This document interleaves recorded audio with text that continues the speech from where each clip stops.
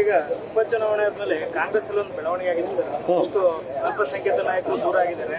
ಮತ್ತೊಂದೆಡೆ ನಿಮ್ಮ ಪಕ್ಷಕ್ಕೆ ಈಗ ಜಮೀರ್ ಅಹಮದ್ ಅವ್ರು ಬರ್ತಾರೆ ಅಂತಾರೆ, ಅವ್ರು ಕೂತು ಹೋಗಲ್ಲ ಅಂತಾರೆ. ಅದು ಯಾವುದನ್ನು ಸೀರಿಯಸ್ ತಗೋಬೇಡಿ. ನಮ್ಮ ಪಕ್ಷದಲ್ಲಿ ಅಧಿಕಾರಕ್ಕೋಸ್ಕರವಾಗಿ ಅಂಥ ಕೆಟಗರಿ ಜನಗಳನ್ನು ತಗೊಳ್ಬೇಕಾದ ಅವಶ್ಯಕತೆ ಇಲ್ಲ. ನಮಗೆಲ್ಲ ಅದರ ಅನುಭವಗಳಾಗಿದೆ. ಯಾವುದೇ ಕಾರಣಕ್ಕೂ ಆ ಸಬ್ಜೆಕ್ಟ್ನೇ ರೈಸ್ ಮಾಡಬೇಡಿ ನನ್ನ ಹತ್ರ. ಅದರ ಅವಶ್ಯಕತೆನೂ ಇಲ್ಲ. ನಮಗೆ ಅನುಭವಿಸಿದ್ದೀನಿ. ಅದು ಯಾವುದೇ ಕಾರಣಕ್ಕೂ ನಾವು ಏನೋ ರಾಜಕೀಯದಲ್ಲಿ ಏನೋ ಆಗ್ಬಿಡುತ್ತೆ, ಏನೋ ಶಕ್ತಿ ಬಂದ್ಬಿಡುತ್ತೆ ಅಂತೇಳಿ ನಾವು ಬೆಂದ ಮನೆಯಲ್ಲಿ ಗಳ ಹಿರಿಯ ಕೆಲಸಕ್ಕಂತೂ ಕೈ ಹಾಕಲ್ಲ. ನೀವೇ ದೂರ ಆಗಿದ್ದಾರೆ, ಅಲ್ಲಿ ಮುಂದಿನ ದಿನಗಳಲ್ಲಿ ದೂರ ಆಗ್ತಾರೆ ಅಂತ ಸರ್.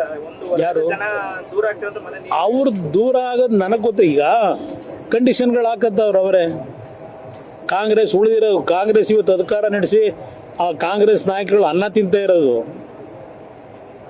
ಅವರಿಂದಲೇ ಅಂತ ಹೇಳ್ತವ್ರೆ. ಆ ವರ್ಗದ ಜನಗಳಿಂದ ಅಂತ ಹೇಳ್ತಾ ಇದ್ದಾರೆ. ಅನ್ನ ತಿಂತ ಇರ್ತಕ್ಕಂಥದ್ದು ಇವತ್ತು ಆ ಪರಿಸ್ಥಿತಿ ರಾಜ್ಯ ತಂದಿಟ್ಟವ್ರೆ. ಕಾಂಗ್ರೆಸ್ನವರು ಇವತ್ತು ಪ್ರತಿನಿತ್ಯ ಅನ್ನ ತಿಂತಿರೋದೇ ಆ ಒಂದು ವರ್ಗದಿಂದ ಅಂತ ಹೇಳ್ತಾವ್ರಲ್ವಾ. ಇವತ್ತು ಅದನ್ನು ಯಾರಾದರೂ ವಿರೋಧ ಮಾಡಿದ್ದೀರಾ ಕಾಂಗ್ರೆಸ್ನವರು? ಅದರಿಂದ ಎಲ್ಲೆಲ್ಲಿಗೆ ಹೋಗುದು ನೋಡೋಣ ಬನ್ನಿ. ನೀವು ಸಣ್ಣ ಆಗಬೇಕಲ್ವಾ? ಅದು ಒಂದು ಉತ್ತಮ ಆಹಾರದಿಂದ ಸಣ್ಣ ಆಗಬೇಕಲ್ವಾ? ಪ್ರತಿದಿನ ನಮ್ಮ ಜೀನಿ ಸ್ಲಿಮ್ನ ಯೂಸ್ ಮಾಡಿ ಯಾವುದೇ ಸೈಡ್ ಎಫೆಕ್ಟ್ ಇಲ್ದಂಗೆ ನೀವು ಸಣ್ಣ ಆಗ್ತೀರಾ.